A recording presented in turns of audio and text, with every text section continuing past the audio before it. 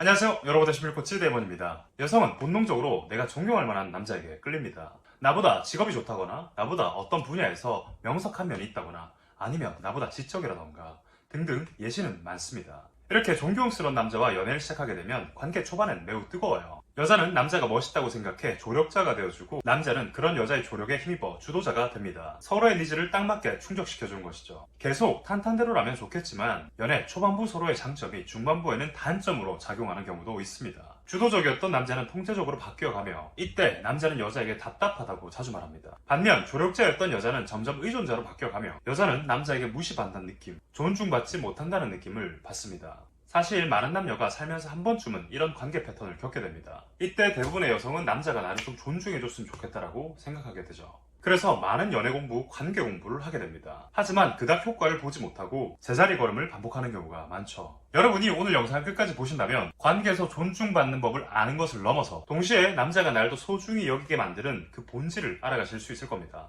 자, 시작해봅시다. 관계에서 내가 원하는 존중을 얻으려면 어떻게 해야 될까요? 사례를 통해서 쉽게 알아봅시다. 어떤 여성이 한 명 있었습니다. 이 여성은 우유부단한 성격이었어요. 계획을 잘 못 세우고 논리적으로 말을 잘 못하고 싸우는 게 싫어 상대방 말을 다 맞춰주는 성격이었죠. 그에 반해 남자는 일을 열심히 하고 자기 발전에 끊임없이 노력하는 성실하고 야망 있는 사람이었습니다. 그런 남자는 여자의 행동이나 말을 보면서 답답하다고 말하거나 무시하는 말투, 표정으로 화를 자주 내곤 했어요.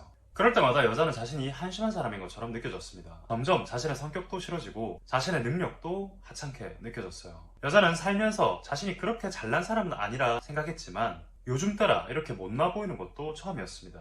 혼자 있을 때면 자기 발전을 위해 노력하려고 해도 자신감이 생기질 않았죠. 관계를 이어갈수록 자책이 더욱 심해져 갔습니다. 그리고 이내 이런 생각을 하게 되죠. 내가 더 똑똑하고 논리적으로 말도 잘하고 잘난 사람이었다면 우리 관계가 더 좋아지지 않았을까? 내가 부족한 사람이라서 이런 결과가 나온 것 같아. 자, 여러분께서 이 예시 사연의 관계를 들어보니 어떤가요? 관계가 어떻게 보이나요? 이 관계는 대표적인 공동의존 관계입니다. 공동의존이란 동시에 함께 의존하는 것을 말해요. 언뜻 보면 관계에서 여자만 의존적인 것 같지만 여자를 통제함으로써 남자도 함께 의존하고 있는 것이죠. 이런 상황에 있는 여성이 공의존 관계 이론을 처음 접하게 되면 놀라움을 금치 못합니다. 자신이 관계에서 느꼈던 불편함을 해석해주고 그로 인해 공감받는다는 느낌을 받기 때문이죠. 유튜브에 존재하는 많은 나르시스트 컨텐츠가 그 증거입니다. 공의존 이론은 관계를 보는 하나의 관점임에도 불구하고 맹신하게 되는 것이죠. 이렇게 나르시스트에게서 벗어나는 법, 코디펜던트에서 벗어나는 법을 공부하게 되면서 나중엔 이론 자체에 집착하는 오류를 범하기도 합니다. 공의존 관계 이론은 심리학 이론의 한 갈래일 뿐 그 분석 자체가 해결점을 만들어주지 못합니다. 그렇다면 연애 상담적으로 접근해서 해결점을 찾아보면 어떨까요? 연애적 관점으로 보면 남자는 자존심 강한 고자세 케이스입니다.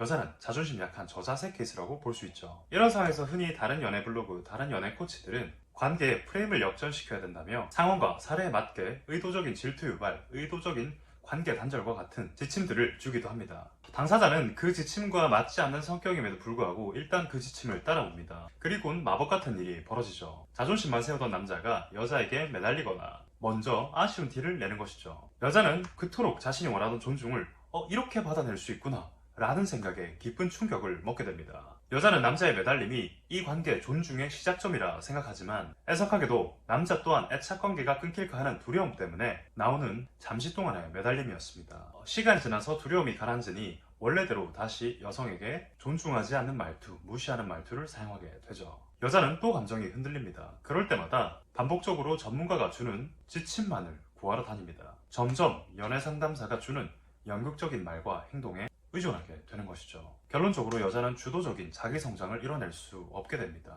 그렇다면 본질적인 해결책이 무엇일까요? 예시 사례에서 나온 여성은 내가 좀 더 똑똑하고 더 잘났다면 이 관계가 좋아지지 않았을까라고 생각하고 있습니다. 여성은 지금 뭘 하고 있을까요? 바로 자기 자신에게 분노하고 있습니다. 이상하지 않나요? 비난하는 상대방에게 경고를 하거나 화를 내는 것이 아닌 일방적으로 자기 자신에게만 화를 내고 있습니다.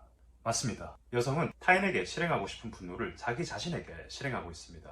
이런 현상을 두고 심리학에선 반전행동이라고 표현합니다. 타인에게 하고 싶은 말과 행동을 자신에게 반전시켜 한다는 뜻이죠. 문제 해결의 핵심은 이 무의식적인 반전행동을 의식화하고 행동 방향을 수정하는 것입니다. 자기 자신에게 화내는 것을 멈추고 방향을 바깥으로 바꿔보는 것이죠. 그래야 자기와의 관계가 회복되면서 연애 관계에서도 건강한 경계를 만들 수가 있습니다. 제가 여기서 이렇게 말하면 자기 의견을 말하는 것이나 화내는 것이 익숙하지 않은 분들은 강한 죄책감을 느끼며 다시 자기 자신에게 화내는 쪽을 선택합니다. 이유는 상대방에게 화내는 쪽보다 자기 자신에게 화내는 쪽이 죄책감을 훨씬 덜 느낄 수 있기 때문이죠. 참 이상하지 않나요? 타인에게 화내는 게 불편해서 자기 자신에게 화내는 것, 그래서 자기 자신을 해치는 것. 여기서 다시 한번 관계를 살펴봅시다.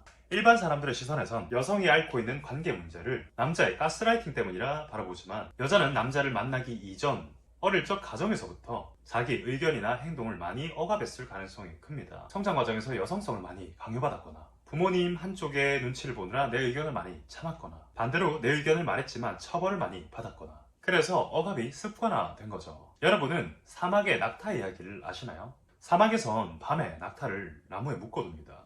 그리고 아침에는 끈을 풀어놓죠. 아침에 그 낙타는 도망칠 수 있음에도 도망치지 않습니다. 왜일까요? 묶여있던 지난밤을 기억하기 때문이에요. 이 이야기를 통해서 우리는 우리 자신에게 한 가지 질문을 던져볼 수 있어요. 자신을 억압하던 그 환경은 이미 사라졌음에도 불구하고 여전히 나는 자신을 억압하고 있진 않은가?